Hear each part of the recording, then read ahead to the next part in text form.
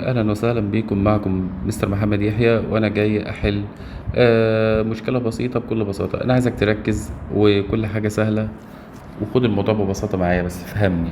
أولا دي علامة الجذر التربيعي للعدد 4، كل الناس عارفاها، مش ما جبتش جديد يا أستاذ. طب ولكن أنا لو جيت كتبت لك كده الجذر التربيعي وسبتها وقمت كاتب جنبها الجذر التربيعي بس حاطط جنبها سالب، شايف الاتنين دول؟ ايه الفرق ما بينهم؟ اقول لك بص، لما تبص للجذر التربيعي يكون جاي كرمز رياضي، خلي بالك يعني الرمز بتاعه العلامة بتاعته مش مكتوب بالعربي، الجذر التربيعي جاي كده، مفيش حاجة قدامه صحراء فاضية، يبقى ده معناه ان هو موجب. يعني وانت بتقرأه كأنك بتقول الجذر التربيعي الموجب للعدد اللي موجود جوه ده، وليكن يا سيدي العدد اللي موجود جوه ده 9، الجذر التربيعي الموجب للتسعة. يعني ايه بقى الجذر التربيعي الموجب؟ يعني الإجابة بتاعت ده لازم تكون بالموجب. طب انت بتسأل نفسك هي التسعة دي جذر التربيع ده بيتحل ازاي؟ عدد مربعه 9. طب خلينا ابسط لك الموضوع اكتر، كلم نفسك قول عدد ضرب نفسه يديني 9. عدد ضرب نفسه كأنه يبص في المراية. عدد بيبص في المراية ويقول لو احنا ضربنا في بعض نجيب 9. مين ده بقى؟ واحد في واحد لا، اتنين في اتنين لا، تلاتة في تلاتة ايوه، تلاتة في تلاتة بكام؟ ب9. طيب يبقى التلاتة في تلاتة بيديني 9، يبقى أنا عرفت العدد اللي بيتضرب في نفسه اللي هو مين؟ التلاتة. يبقى الإجابة بتاعت ده 3 بالموجب. بس خلصانة اهي. خلينا أحط لك نفس التسعة هنا وانت بتقرأ بقى الرمز الرياضي. بص يا حبيبي، اللي قدام الجذر، اللي قدام الجذر ده ايه؟ سالب، يبقى ده الجذر التربيعي السالب للتسعة. مبدئيا كده بسم الله الرحمن الرحيم، يعني انت عرفت ان الإجابة بتاعتك هتكون بالسالب، يبقى تتفضل تحط سالب على طول، لأنه بيقول لك أنا عايز الجذر التربيعي السالب، الجذر التربيعي السالب، وعايز السالب تديله موجب ليه؟ تقوم حاطط انت هنا الايه؟ السالب، وتبدا تسال نفسك التسعه لسه قايلين ان هي بتيجي من 3 ضرب 3، يبقى التلاتة يبقى جذر التربيعي السالب للتسعة هي -3. أظن الموضوع اتحل، ولكن لسه حتة صغيرة هتبان في الأسئلة اللي جاية دلوقتي. بص معايا، لما يجي يقول لي الجذر التربيعي للأربعة، خلاص جذر التربيع انت عرفت انه موجب، يبقى الإجابة بالموجب. جذر التربيع للأربعة كام؟ 2، عشان 2 في 2 ب4، سهلة جدا. طب تعالى معايا، الراجل هنا يقصد يقول لك أنا عايز منك الإكس بكام؟ يا ترى الإكس بتاعتي بقد إيه؟ قلت له بسيطة، الإكس أس 2 أو إكس تربيع بيساوي 4. لو أنا عايز أطلع إكس بس يبقى لازم أتخلص من مين؟ من الأس ده. الأس إيه يموته؟ قال لك إن الأس بيكره موت الجذر التربيعي، لأن الجذر التربيعي والأسس الاتنين عكس بعضهم. يعني يقول لك بص زي القط والفار كده، بص أنت عايز تلغي الأس جيب له الجذر، عايز تلغي الأس جيب له مين؟ هات له الجذر. طيب يبقى ناخد الجذر التربيعي.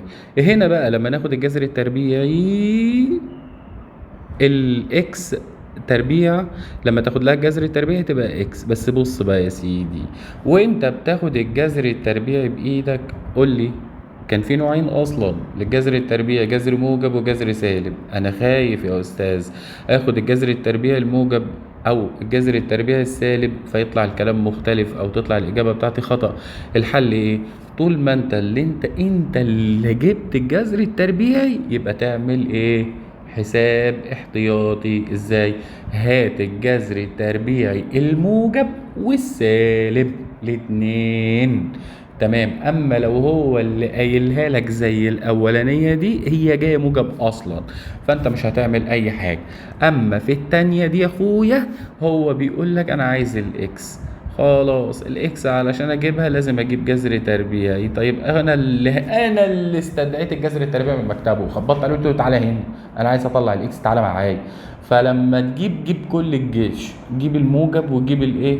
السالب، علشان تطلع الحل بتاعك ايه؟ صح.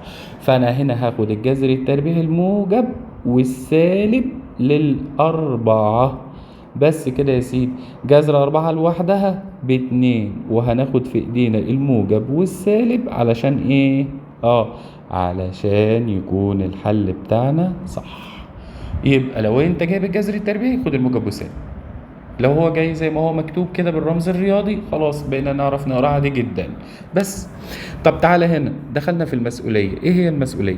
بيقول لي -5 موجودة جوه قوس بهذا المنظر، كلها أس 2. قال لك الأس ده القوة دي مسؤولة عن مين؟ مسؤولة عن هي فوق مين أصلا الأول؟ هي موجودة فوق القوس ده على طول، يبقى هي مسؤولة عن اللي جوه القوس اللي هو مين؟ السالب 5. طب أي حاجة براها قال لك مش تخصصي، ماليش دعوة بيها.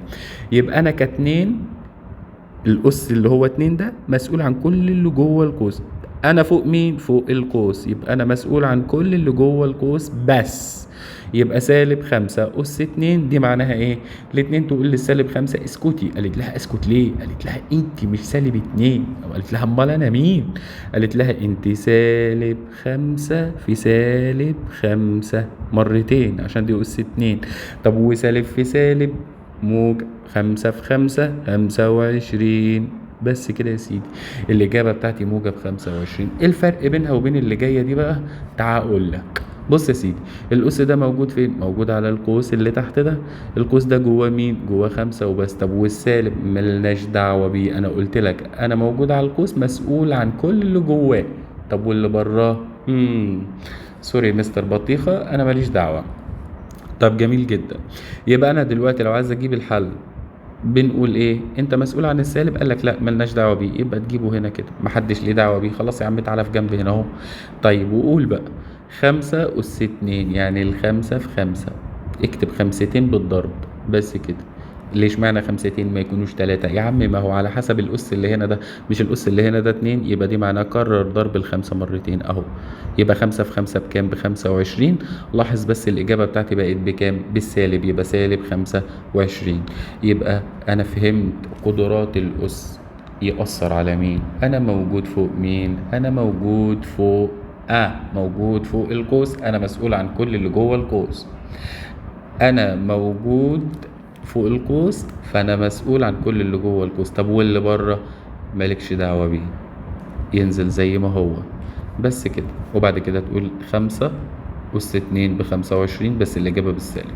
وهنا سالب 5 هي اللي أس 2، يبقى سالب 5 في سالب 5 بموجب 25.